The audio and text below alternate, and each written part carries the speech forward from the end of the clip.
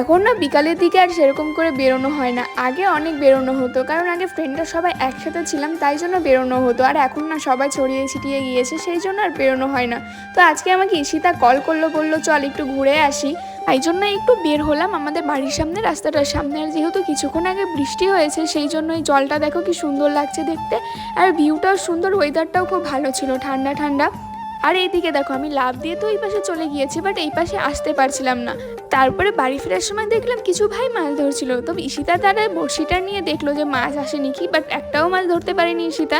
তারপরে বাড়িতে এসে মাকে বললাম মা একটু ম্যাগি বানিয়ে দাও, তো মা একটু সিম্পল করে ম্যাগি বানিয়ে দিয়েছে। এখন ম্যাগি খাবো। আজকে আবার আমাদের পাশের বাড়িতে একটা ইনভাইট আছে, সেই জন্যই আমি টুক করে রেডি হয়ে গিয়েছি। আর এখন যাবো সেই বাড়িতে। এখানে দেখো সবাই বসে আছে, আর ওইখানে কীর্তন হচ্ছিল। তো এখানে বসে বসে আমি একটু গল্প করছিলাম। তারপরে কীর্তন হয়ে যাওয়ার পরে আমাদেরকে খেতে দিল। ভিডিওটা ভালো লাগলে অবশ্যই লাইক করে দিও। দেখা হচ্ছে নেক্সট ব্লগে। টাটা।